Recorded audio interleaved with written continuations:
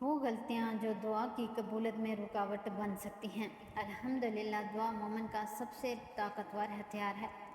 اللہ تعالیٰ نے قرآن کریم میں فرمایا، اور تمہارا رب فرماتا ہے مجھ سے دعا کرو، میں تمہاری دعا قبول کروں گا۔ اس آیات سے معلوم ہوتا ہے کہ اللہ تعالیٰ دعا کو پسند فرماتا ہے، لیکن بعض اوقات انسان دعا کرتا رہتا ہے اور اسے فوری طور پر اپنی خواہش پوری ہوتی نظر نہیں آتی۔ اس کی وجہ ہمیشہ یہ نہیں ہوتی کہ دعا قبول نہیں ہوئی، بلکہ اللہ تعالیٰ اپنی کامل حکمت کے مطابق کسی دعا کو فوراً قبول کرتا ہے، کسی کو مؤخر کرتا ہے، اور کسی کے بدلے آخرت میں بڑا اجر عطا فرماتا ہے۔ تاہم قرآن و حدیث کی روشنی میں چند ایسے اعمال ضرور ہیں جو دعا کی قبولیت میں رکاوٹ بن سکتے ہیں۔ نمبر 1، حرام کمائی کھانا۔ رسول اللہ صلی اللہ علیہ وسلم نے ایک شخص کا ذکر فرمایا جو سفر میں ہاتھ اٹھا کر دعا کرتا ہے، لیکن اس کا کھانا پینا اور لباس حرام کمائی سے ہوتا ہے، تو اس کی دعا کیسے قبول ہو؟ اسی لیے حلال رزق اختیار کرنا دعا کی قبولیت کے اہم اسباب میں سے ہے۔ 2، گناہوں پر اصرار کرنا۔ اگر انسان مسلسل گناہ کرتا رہا، توبہ نہ کرے اور اللہ تعالیٰ کی نافرمانی پر قائم رہے، تو یہ اس کے اور اس کی دعا کی قبولیت کے درمیان رکاوٹ بن سکتی ہے۔ سچی توبہ اور اللہ کی طرف رجوع بندے کے لیے خیر کا راستہ کھول دیتی ہے۔ نمبر 3، جلد بازی کرنا۔ حدیث میں آیا ہے کہ بندے کی دعا قبول ہوتی رہتی ہے جب تک وہ یہ نہ کہنے لگے میں نے بہت دعا کی مگر قبول نہیں ہوئی۔ اسی لیے مایوس ہونا اور جلد بازی کرنا درست نہیں۔ نمبر 4، اخلاص کی کمی۔ دعا صرف اللہ تعالیٰ سے مانگنی چاہیے۔ دعا میں اخلاص، عاجزی اور یقین ہونا ضروری ہے۔ دکھاوے، ریاکاری کے ساتھ کی جانے والی عبادت اللہ تعالیٰ کو پسند نہیں۔ 5، فرائض میں کوتاہی۔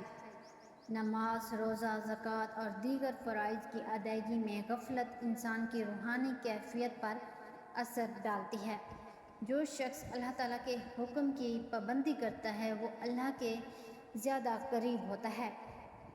والدین کی نافرمانی۔ والدین کے ساتھ بدسلوکی اور اس کی نافرمانی بہت بڑا گناہ ہے۔ والدین کی خدمت اور ان کی دعائیں انسان کی زندگی میں خیر و برکت کا ذریعہ بنتی ہیں۔ ظلم کرنا۔ کسی کا حق مارنا، جھوٹ بولنا، دھوکہ دینا یا لوگوں پر ظلم کرنا ایسے اعمال ہیں جن سے اللہ تعالیٰ ناراض ہوتا ہے۔ ظلم سے بچنا اور حقوق العباد ادا کرنا ضروری ہے۔ نمبر 8، رشتہ داری توڑ دینا۔ اسلام صلہ رحمی کی بہت تاکید کرتا ہے۔ رشتہ داروں سے تعلقات خراب رکھنا اور قطع رحمی کرنا ناپسندیدہ عمل ہے۔ اچھے تعلقات اللہ کی رحمت کا سبب بنتے ہیں۔ نمبر 9، دل کی غفلت۔ رسول اللہ صلی اللہ علیہ وسلم نے فرمایا کہ اللہ تعالیٰ ایسی دعا قبول نہیں کرتا جو غافل اور بے توجہ دل سے کی جائے۔ دعا کرتے وقت دل اللہ کی طرف متوجہ ہونا چاہیے۔ نمبر 10، اللہ پر بدگمانی کرنا۔ مومن کو ہمیشہ اللہ تعالیٰ سے اچھی امید رکھنی چاہیے۔ مایوسی اور بدگمانی ایمان کی شان نہیں۔ اللہ تعالیٰ اپنے بندوں کی دعائیں سنتا ہے اور بہترین فیصلہ فرماتا ہے۔ دعا کی قبولیت کے اہم اسباب: حلال رزق اختیار کرنا، 5 وقت کی نماز کی پابندی کرنا، گناہوں سے توبہ کرنا، اللہ تعالیٰ کی حمد و ثنا اور نبی کریم صلی اللہ علیہ وسلم پر درود شریف پڑھ کر دعا کرنا، عاجزی، خشوع اور یقین کے ساتھ دعا مانگنا، والدین کی خدمت اور صلہ رحمی کرنا، نیک اعمال میں اضافہ کرنا، اگر دعا فوراً قبول نہ ہو تو کیا کریں؟ کبھی ایسا ہوتا ہے کہ بندہ جس چیز کو اپنے لیے بہتر سمجھتا ہے وہ حقیقت میں اس کے حق میں بہتر نہیں ہوتی۔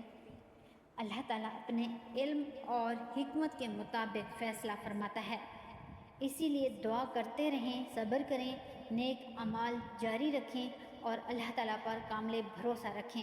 مومن کی کوئی بھی سچی دعا ضائع نہیں جاتی، اللہ تعالیٰ اسے دنیا میں عطا فرماتا ہے، کسی مصیبت کو ٹال دیتا ہے یا آخرت کے لیے بہتر اجر محفوظ کر دیتا ہے۔ دعا عبادت کا مرض ہے اور اللہ تعالیٰ اپنے بندوں کی پکار کو سنتا ہے۔